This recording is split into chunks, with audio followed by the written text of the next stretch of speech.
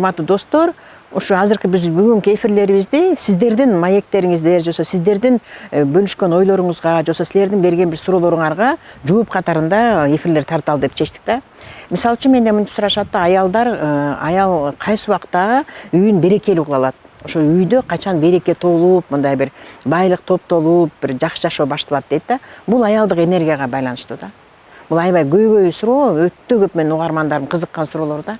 Аял өзү мынтип коет экен да, аял төрөлгөндө, кыз төрөлгөндө ырыскысы кошо төрөлөт, же ырыскылуу төрөлөт деп коет экен, же жаңы билимин алганда мына наполненный деп коет экен да.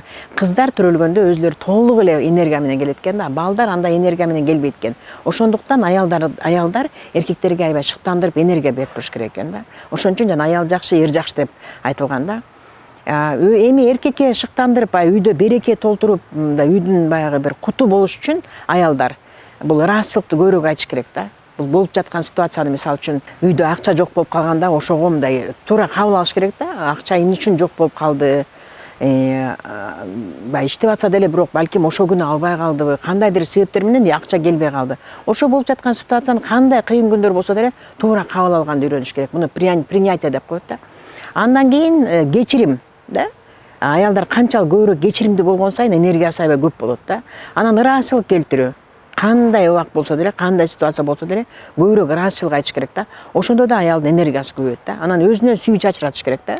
Мисалы үчүн жаратылышка болгон сүйүү, ата энеге болгон сүйүү, күйөөгө болгон сүйүү, балдарга болгон, кошуна болгон, тууган уруктарга ушундай сүйүү тартуулаганда дагы аялдын энергиясы көп болот да. Эгерде аялдын энергиясы көп болсо, анда үйдө кут болот да. Ошон үчүн аял үйдүн куту деп бекер айткан эмес да. Мисалы үчүн аялдар бир жакка кетип калса, ошо күнү эле сразу мындай аял үйдүн ичи мындай бозоруп калат го, мындай бир жарык жоголуп кеткен сыяктуу, бир үйдүн ичи караңгы болгондой болчу.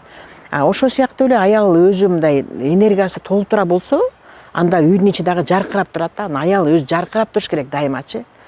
Аял жаркыраганда гана үй бүлөдөгүлөрдүн баары бактылуу болот. Келген баягы акчанын баары тең берекелүү, дүйнө да берекелүү болот. Ал үйгө келген адамдардын баарынын кабактары жарык болот. Жакшы келген кеткендерге баягы кайындар болобу, өзүнүн төркүндөрү болобу, достору болобу, ал жаркырап чай бере алат да. Мына ошондо гана үйдө берекелүү болот. Ошон үчүн аялдар, урматтуу аялдар, дайыма жаркырап жүрүңүздөр.